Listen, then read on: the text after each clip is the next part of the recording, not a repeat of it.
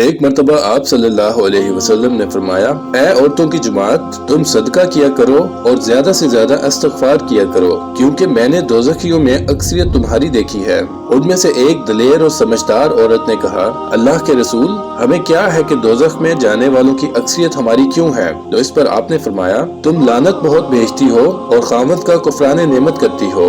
میں نے عقل و دین میں کم ہونے کے باوجود عقل مند شخص پر غالب آنے میں تم سے بڑھ کر کسی کو نہیں دیکھا۔ اس نے پوچھا، اے اللہ کے رسول، عقل و دین میں کمی کیا ہے؟ آپ نے فرمایا، عقل میں کمی یہ ہے کہ 2 عورتوں کی شہادت ایک مرد کے برابر ہے۔ یہ تو ہوئی عقل کی کمی، اور وہ حیض کے دوران میں کئی راتیں اور دن گزارتی ہیں کہ نماز نہیں پڑھتی اور رمضان میں بے روزہ رہتی ہیں، تو یہ دین میں کمی ہے۔ نبی اکرم صلی اللہ علیہ وسلم نے فرمایا، جو اللہ پر اور قیامت کے دن پر ایمان رکھتا ہے، وہ جب کبھی اپنی بیوی میں کوئی ناپسند آنے والا معاملہ دیکھے تو اچھی طرح سے بات کہے، یعنی نرمی سے اور اچھے اخلاق میں بات کہے یا خاموش رہے۔ اور آپ نے مزید فرمایا، عورتوں کے ساتھ اچھے سلوک کی نصیحت قبول کرو، کیونکہ عورت پسلی سے پیدا کی گئی ہے اور پسلیوں میں سب سے زیادہ ٹیڑھا پن اس کے اوپر والے حصے میں ہے۔ اگر تم اسے سیدھا کرنے لگ جاؤ گے تو اسے توڑ ڈالو گے، اور اگر چھوڑ دو گے تو پھر بھی وہ ٹیڑھی ہی رہے گی۔ لہٰذا عورتوں کے ساتھ اچھے سلوک کی نصیحت قبول کرو۔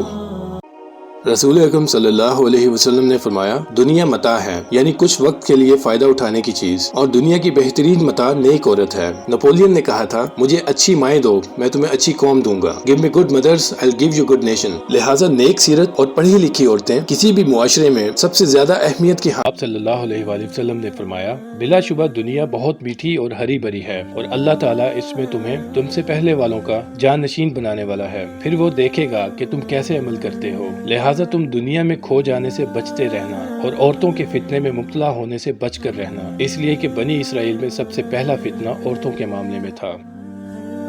نبی صلی اللہ علیہ وآلہ وسلم کے دور میں ایک شخص نے ایک عورت کو بوسہ دیا۔ وہ احساس ندامت میں آپ کی خدمت میں حاضر ہوا اور سارا واقعہ بیان کیا۔ تب یہ آیت نازل ہوئی، دن کے دونوں حصوں اور رات کے کچھ حصوں میں نماز قائم رکھو، بے شک نیکیاں برائیوں کو دور کر دیتی ہیں، یہ یاد دہانی ہے یاد رکھنے والوں کے لیے۔ اس شخص نے عرض کی، اللہ کے رسول، کیا یہ بشارت صرف میرے لیے ہے؟ تو اس پر آپ نے فرمایا، میری امت میں سے جو بھی گناہوں سے پاک ہونے کے لیے اس پر عمل کرے۔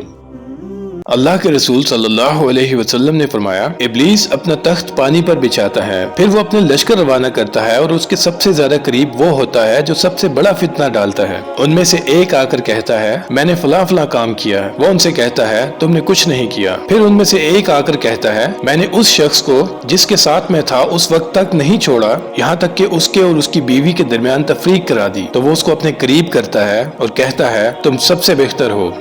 اللہ کے رسول صلی اللہ علیہ وسلم سے روایت کی گئی، آپ نے فرمایا، کسی عورت کے ساتھ 4 باتوں کی بنا پر شادی کی جاتی ہے، اس کے مال کی وجہ سے، اس کے حسب و نسب کی وجہ سے، اس کی خوبصورتی کی وجہ سے، اور اس کے دین کی وجہ سے۔ اور آپ نے دین والی کو سب سے زیادہ پسند فرمایا اور کہا، تم دین والی کے ساتھ شادی کر کے ظفرمند بنو، یعنی کامیابی حاصل کرو، تمہارے ہاتھ خاک آلود ہوں، یعنی 5 انگلیاں گھی میں ہوں۔